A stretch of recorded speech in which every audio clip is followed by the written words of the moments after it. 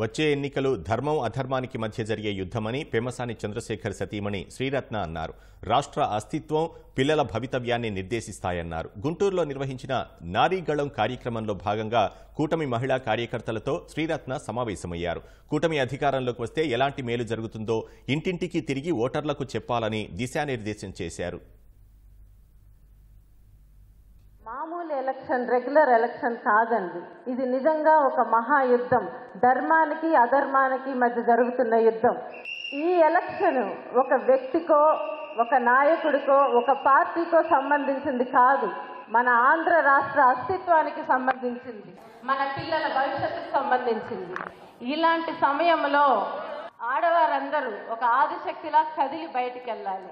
ప్రతిరోజు లెగిసాక ఈ రోజు నా పర్పస్ ఏంటి అని ఆలోచిస్తే నెక్స్ట్ 25 రోజులకి ఓన్లీ ఎలక్షన్ని ఎలా గెలిపించుకోవాలా అనేది ఆలోచన రావాలి.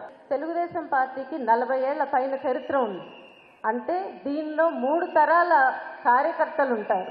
సీనియర్ నాయకులు, మధ్యలోది ఇప్పుడు కొత్తగా వచ్చేవాళ్ళు. సో ఈ ముగ్గురు ముందు సమన్వయపడాలి. అంటే ఒక మహిళా కార్యకర్తలు ఉంటే అతి పెద్ద అమ్మ మనసు చేసుకొని సహనము, ఆలోచనతో ముందుకెళ్తేనే ఈ సంగ్రామాన్ని మనం జయిస్తాం. అందరి ఎయిమ్ ఒకటే, మన తెలుగుదేశం పార్టీ గెలవడం, ప్రభుత్వం మారటం. అదే ఎయిమ్. మనం జనసేన, బీజేపీ మనకెంతో కష్టకాలంలో అండగా నిలిచిన వాళ్ళు, వీళ్ళందరినీ కలుపుకుంటూ ముందుకెళ్ళాలి. ఇవి చెప్పటానికి నాయకులుగా ఇక్కడి నుంచి చాలా తేలిగ్గా ఉంటుంది. గ్రౌండ్ లెవెల్లో వర్క్ చేస్తున్న మీకు ఎన్నో లోకల్ ఇష్యూస్ ఉంటాయి. అయినా కూడా దయచేసి ఈ విషయాన్ని చాలా సీరియస్గా తీసుకొని ఇది గెలిచే విధంగా మీ ప్రయాణం ఉండాలని విన్నపం చేసుకుంటున్నాను. ప్రభుత్వం మారితే మాకిచ్చిన ఇల్లు తీసేసుకుంటారంట, మాకిచ్చిన స్థలాలు తీసుకుంటారంట, అలాగే వాలంటీర్ని సిస్టమ్ రద్దు చేస్తారు. ఇవి మాకు భయాలున్నాయి. ముస్లిం మహిళలకు ఇంకొన్ని ఉన్నాయి. సో అలా చెప్పినప్పుడు అది మనం ఒక అవకాశంగా తీసుకోవాలి. వాళ్ళకి రీఅష్యూరెన్స్ కలిగించాలి.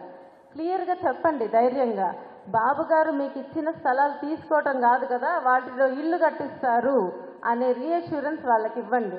వాలంటీర్ సిస్టమ్ రద్దు అవ్వదు, వీటిని పార్టీలకు అతీతంగా మెరుగుపరిచి ఈ సిస్టమ్ కంటిన్యూ అవుతుంది అని చెప్పండి. ఆ భరోసా మనం వాళ్ళకి ఇవ్వగలిగినప్పుడు వాళ్ళలో ఒక ఆలోచన మొదలవుతుంది. అప్పుడు మనం ఓటు వేయండి అని అడగక్కర్లేదు. ఎవరి భయాలు వాళ్ళకు ఉన్నాయి. సో అందుకని మనం ప్రేమగా వాళ్ళ భయాలు తెలుసుకొని చేసినప్పుడు నాకు 100% కాన్ఫిడెన్స్ ఉంది అది ఓటుగా కన్వర్ట్ అవుతుందని.